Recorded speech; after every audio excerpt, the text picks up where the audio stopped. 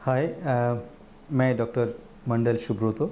मैं Ubuntu heart hospital में काम करता हूँ। एक कार्डियोलॉजिस्ट हूँ, हृदय रोग विशेषज्ञ। हमारे लिए या ह्यूमन बीइंग के लिए सबसे अच्छा डाइट क्या होनी चाहिए, इसे समझने के लिए हमें कुछ बेसिक चीज़ को समझना पड़ेगा कि नेचर या प्रकृति ने हमें किस प्रकार से डिज़ाइन किया है। उसके लिए हमें कुछ दूसरे एनिमल्स को समझेंगे और साथ में हमें भी समझेंगे। सबसे पहले हम लोग ये देखेंगे कि अलग अलग तरीके से डिज़ाइन किस तरह से बनाया और उसका डाइजेशन प्रोसेस कैसा बनाया गया है। तो सबसे पहले हम लोग समझेंगे एक गाय भैंस या जिसको हम लोग लाइव स्टॉक बोलते हैं, ये किस तरह से बनाया गया। देखिए, उनका जो मुंह होता है काफ़ी बड़ा होता है। उनके जो दांत होते हैं उसमें ज़्यादातर जो इंसिजर जिसको हम लोग बोलते हैं काटने वाले दांत होते हैं, वो बड़े बड़े बड़े होते हैं। मगर उनको किसी भी तरह से कैनाइन दांत नहीं दिया जाता है और जो मोलर और प्रीमोलर बहुत अच्छा होता है। और उनकी जो डाइजेशन प्रोसेस हमारे बॉडी के अंदर जो ज़्यादातर एनिमल्स में देखा गया, दो तरह के डाइजेशन होते हैं। एक को कहा जाता है फर्मेंटेशन बेस्ड डाइजेशन और दूसरा जो कहा जाता है केमिकल या एसिड बेस्ड डाइजेशन। तो ये जो कैटल्स होते हैं ये हमेशा फर्मेंटेशन बेस्ड डाइजेशन पे ही डिपेंड रहता है। अब अपन आते हैं, क्योंकि इसको ज़्यादातर जो गाय भैंस होते हैं इनको ज़्यादातर वेजिटेबल ही खाना होता है या वेजिटेरियन, ये नॉनवेज को डाइजेस्ट भी नहीं करते, उनके बॉडी में ये सिस्टम नहीं होता है। अब हम देखेंगे लायंस के बारे में, शेर या चीता के बारे में, कि उनका बॉडी का सिस्टम कैसा है। अब सबसे पहले अपन देखेंगे तो उनका जो मुंह होता है, जो ओरल कैविटी बहुत छोटी होती है और उसके जो दांत होते हैं जिसमें जो सबसे इंपॉर्टेंट होता है कैनाइन, जो कैनाइन बहुत बड़े होते हैं और इंसिजर जो बहुत ही छोटे देते हैं। तो उसका मतलब क्या हुआ कि उसे बड़ी बड़ी मांस के पीसेस को खाना है, उसे चबाना है। इसके लिए उसको दिखा गया, और स्पेस कम चाहिए क्योंकि ज़्यादा एनर्जी वाली, ज़्यादा वॉल्यूम की फूड रहेगी जिसके अंदर बहुत सारी प्रोटीन्स, फैट्स और ये रहेंगे, एनर्जी रहेगी, जिसके लिए उसको ज़्यादा खाने की ज़रूरत नहीं है। इसलिए ओरल कैविटी छोटा होना चाहिए। डाइजेशन में उनके अंदर एक स्टमक रहता है जिसके अंदर हाई कंसनट्रेशन एसिड सिक्रेशन होता है। एसिड सिक्रेशन किस लिए जरूरत होता है? क्योंकि जो प्रोटीन होती है उस प्रोटीन को तोड़ने के लिए, to break down the proteins we need lot of energy, lot of acid to break down this high amount of protein and fat. तो प्रोटीन और फैट को तोड़ने के लिए हमें एसिड की जरूरत पड़ती है। इसलिए टाइगर और लॉयंस या जो भी नॉन वेजिटेरियन एनिमल्स होते हैं उसमें ये सिक्रेशन ज़्यादा होता है। इसलिए उनका जो स्टमक बहुत छोटा होता है क्योंकि स्पेस कम चाहिए। अगर हम कंपैरिजन करें गाय भैंस या जो दूसरे ह्यूमन जिसको बोलते हैं हम लोग, तो उनका स्टमक 4 भागों में डिवाइड होता है। पहले भाग में सिर्फ वो उसको तोड़ता है, दूसरे भाग में उसको वापस, जैसे कि गाय भैंस क्या करते हैं, पहले खा लेते हैं, फिर कुछ समय के बाद में जब वो रेस्ट करते होता है वो वापस अपने बॉडी मुंह पे लेके आते हैं, फिर उसको चबाते हैं, फिर दूसरे वाले स्टमक में ले जाते हैं। इस तरीके से उस स्टमक के अंदर ज़्यादातर बैक्टीरियाज होता है और फंगस होता है, जो क्या करता है उस जो घास होता है उसे फर्मेंटेशन करके उससे एक प्रकार से फ्री फैटी एसिड तैयार करते हैं। उस फ्री फैटी एसिड को इंटेस्टाइन में एब्जॉर्ब किया जाता है। तो एक तरह से वो जो स्टार्च या जो कॉम्प्लेक्स कार्बोहाइड्रेट होती है उससे वो अपनी एनर्जी को कवर करता है। अब अपन आते हैं ऐसे एक तीसरा जो एनिमल है जिसको हम लोग कहते हैं कुत्ता या डॉग्स, हम लोग जो पालतू जानवर बोलते हैं। वो एक ऐसा एनिमल होता है जिसके मुंह इन बिटवीन होता है, छोटा होता है मगर बहुत लंबा बड़ा भी नहीं होता है। वो ऐसा डिज़ाइन किया था, उसकी बॉडी में 2 तरह से काम होता है। वो डाइजेशन, जो वेजिटेबल भी डाइजेस्ट कर सकता है और नॉन वेज भी डाइजेस्ट कर सकता है। मतलब उसके अंदर एसिड्स बेस्ड भी डाइजेशन है और उसी तरह से फर्मेंट बेस्ड भी थोड़ा बहुत डाइजेशन होता है। मतलब उसको दोनों तरह का डिज़ाइन नेचर ने दिया हुआ है, इसलिए वो दोनों चीज़ खा सकता है।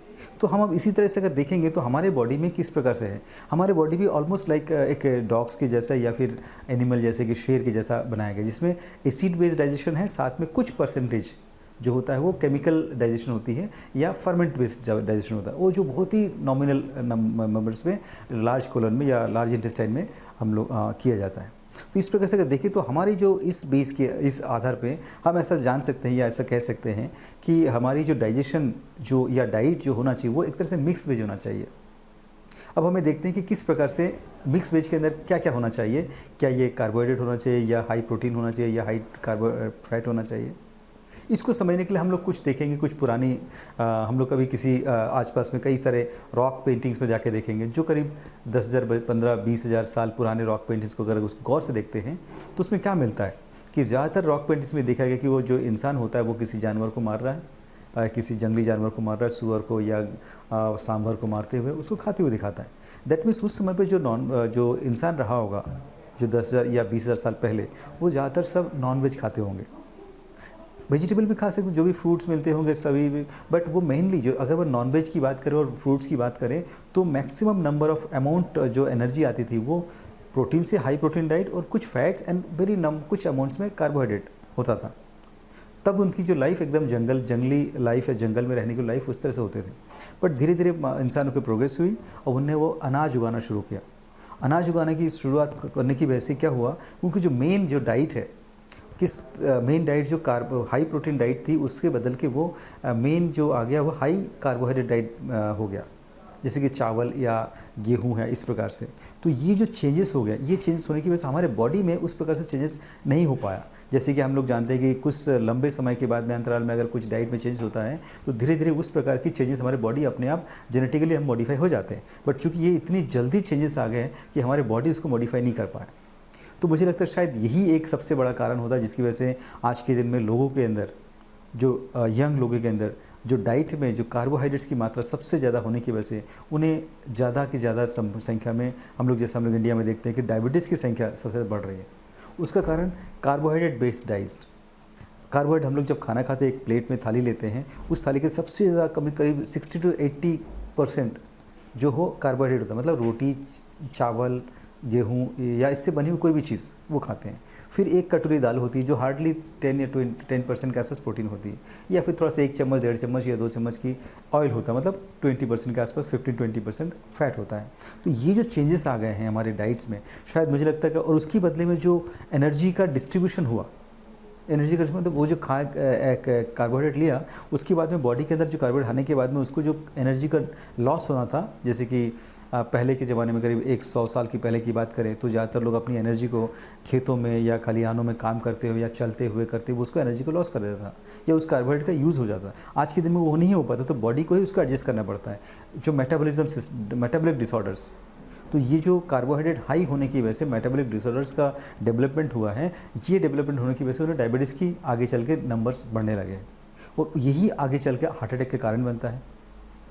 और दूसरी, इस हार्ट अटैक के कारण आगे चल के यही पेशेंट आगे चल के हार्ट फेलियर के पेशेंट्स बनते हैं।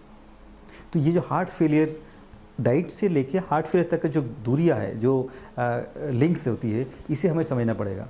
अगर हमें किसी को हार्ट फेलियर से बचाना है तो डेफिनेटली उसके डाइट को सबसे इंपॉर्टेंट ध्यान देना पड़ेगा कि उसको किस प्रकार से उसको हार्ट अटैक से बचाएं, किस प्रकार से उसको हार्ट की मसल्स को डैमेज होने से बचाएं, और किस प्रकार से हार्ट फेलियर से बचाएं। अब अपना स्पेसिफिकली अगर हम ये देखें कि एक हार्ट फेलियर का कंडीशन किसे कहा जाता है, तो हार्ट फेलियर एक कंडीशन है, ऐसा एक कंडीशन है जैसे कि हमारा हार्ट है, हमारे जो हार्ट होते हैं वो एक पंप के जैसा काम करता है। इस पंप में से पूरी शरीर में एक पाइप के द्वारा पूरी शरीर में ब्लड को भेजा जाता है। अगर हार्ट जो पंप है, वो पंप ही अगर किसी से डैमेज जाए, डैमेज होने का मतलब अगर उसे हार्ट अटैक आने के बाद में जो नसों में के ब्लॉकेज की वजह से आती है, उसकी वजह से हार्ट की कोई मसल्स अगर काम नहीं करते हैं तो वो पूरी बॉडी शरीर में रक्त का संचार नहीं कर पाएगा, जिसकी वजह से उसको हार्ट फेलियर के सिम्टम आएंगे, जैसे कि सांस फूलना, जैसे कि छाती में, जैसे कि पैरों में सूजन आना, और कई बार पेशाब की कमी हो जाना, या किडनी में सप्लाई नहीं होने की वजह से पेशाब। तो ये बहुत सारी मल्टीपल जो तकलीफ, थोड़ी देर चलेंगे तो सांस फूलना, घबराहट होना, पसीने आना, पैरों में सूजन आना, ये बहुत बेसिक जो सिम्टम होते हैं जो हार्ट फेलियर के होते हैं।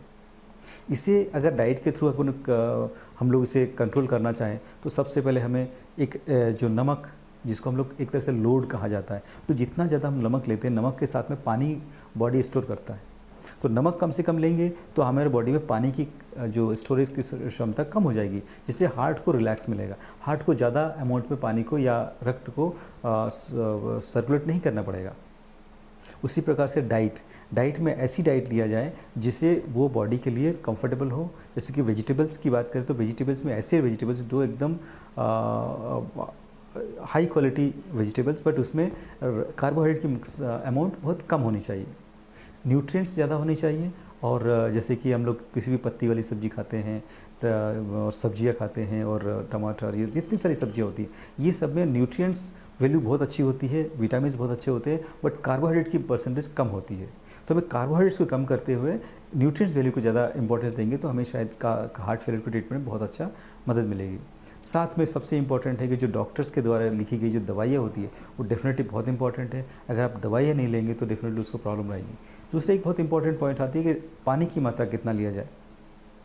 अगर आपने कोई हार्ट फेलियर के पेशेंट जिसकी हार्ट की पंपिंग बहुत कम हो गई है, अगर वो आदमी एक दिन में 2 से 3 लीटर पानी पिएगा तो उसकी बॉडी में उस पानी को सर्कुलेट करने के लिए जो हार्ट की कैपेसिटी है पहले से डैमेज है, पहले से कम ठीक से वो कर नहीं पा रहा है। तो उस कमी को दूर करने के लिए उसको ज़्यादा काम करना पड़ेगा, उस पानी को पूरी बॉडी से निकालने के लिए हार्ट को ज़्यादा काम करना पड़ेगा। तो क्या होगा कि हार्ट फेलियर होने के चांसेस ज़्यादा है। तो जितने भी हार्ट फेलियर के पेशेंट्स हैं, अगर उसकी हार्ट की पंपिंग कम है तो अपने डॉक्टर से मिल के ये तय करें कि हमारे बॉडी में कितनी पानी की ज़रूरत है, उतनी ही पानी की ज़रूरत वो पूरा करें, उससे ज़्यादा पानी ना ले। इसे ऐसे समझे कि हमारे बॉडी में बहुत ही सिस्टमेटिक काम होता है। हमारे बॉडी, हमारे शरीर जो इतना एक हाई इंटेलिजेंस से बनाए हुए ऑर्गन्स है, एक तरह से मशीन समझें आप, कि हमारी बॉडी में हर चीज़ें एक माइक्रो मिलीलीटर के अंदर की उसको समझ जाता है हमारे ब्रेन, कि हमें किस समय पे कितना पानी बॉडी में रखना है, किस समय पे कितना पानी को निकाल देना है। अगर आपने ज़्यादा पानी पिया, कई लोग ये सोचते हैं कि ज़्यादा पानी पीने से बॉडी साफ़ हो जाती है, एकदम गलत कंसेप्ट है। आप सिंपल जितनी रिक्वायरमेंट है उतनी पानी पीजिए, क्योंकि बॉडी को मालूम चलेगा कि हमें पानी ज़्यादा, तो अपने आप पेशाब से निकाल देगा। अगर लगेगा बॉडी में पानी की कमी है तो वो बॉडी को पानी को रिअब्जॉर्ब करेगा, कंजर्व करेगा। ये बॉडी अपने आप, शरीर अपने आप उसको डिसाइड करता है। तो उस बारे में आप अपने डॉक्टर से बात करें, पानी कितना पीना है, नमक कम से कम पीना है, नमक कम से कम आप उसको लें, और खाने पीने में ध्यान रखें कि कार्बोहाइड्रेट की मात्रा कम हो, थोड़ा सा प्रोटीन हल्का ले सकते हैं अगर आपकी किडनी की प्रॉब्लम नहीं है, और साथ में ऑयल की मात्रा लिमिटेड करके डॉक्टर से बात करते हुए, एक डाइटिशियंस के एडवाइस करते हुए इसको लें, और दवाई की मात्रा रेगुलर लेंगे तो डेफिनेटली आपको हार्ट फेलियर से बचने के लिए आपको आसानी होगी, और एक अच्छा आप लाइफ जी पाएंगे।